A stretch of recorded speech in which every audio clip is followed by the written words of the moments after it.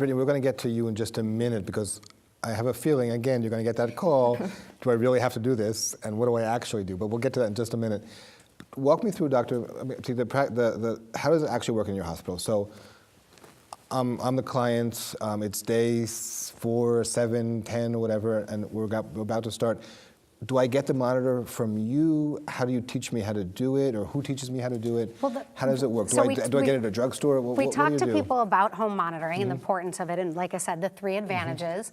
And then I talk to them about, yes, veterinarians can get you a home monitoring glucose kit. Which is better than me going to get it at the pharmacy. Absolutely. Specifically, you want to make sure, and that's why your veterinarian should be involved in the decision, you want to make sure it's important that you're using a glucose meter that is specifically designed for and calibrated for pets.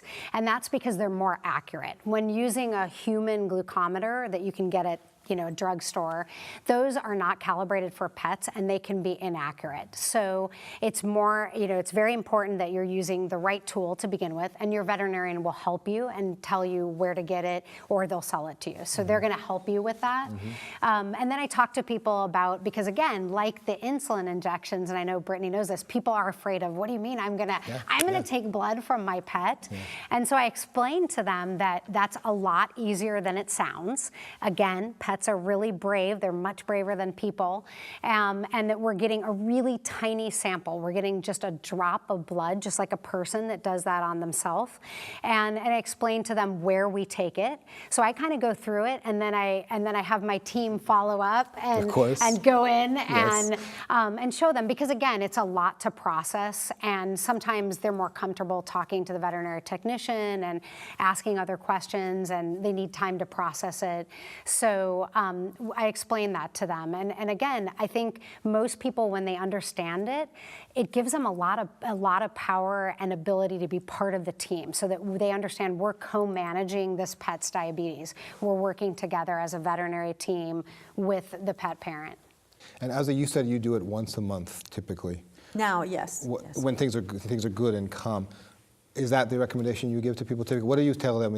Eventually, you're going to be doing this once a month. Eventually, it may be less frequent. In the beginning, it's more frequent, so they may be checking their pet weekly, and then it may be every month. I let them know too that it's a tool that they have to do spot blood glucose checks. So if for some reason they just think their pet's a little off, if their pet isn't eating as well, or they're concerned about anything, they have this as a tool that they can do at any time and check. So sometimes people, if the pet doesn't eat in the morning or they think their pet's a little off, they can do a little spot check and then call me and let me know what they're getting. And that's very important. You mentioned the word ketone before. To me, one of the most amazing, gratifying experiences when they call you and saying, my dog vomited today twice, my dog didn't eat breakfast, but I checked the urine and there's no ketones, or I checked the urine and there are ketones.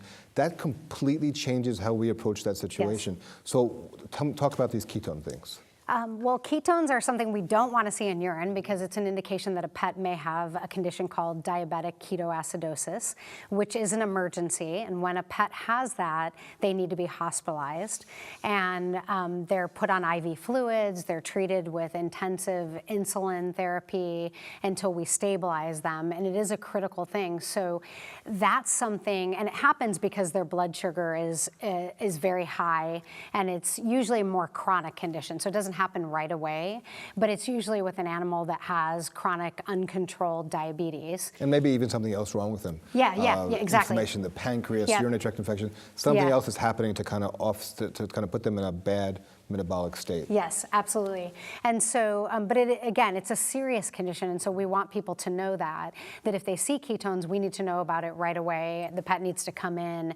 The pet's going to be hospitalized, and so that's one of the things that we're having people look for when they're checking urine. Which is a gift, because again, if I get a call at 9 o'clock in the morning, my dog didn't quite eat right today, but no ketones, I will probably say, all right, let's see how he is when you get home from work.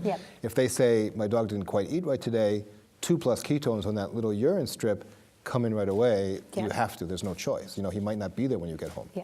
So that's really, really important.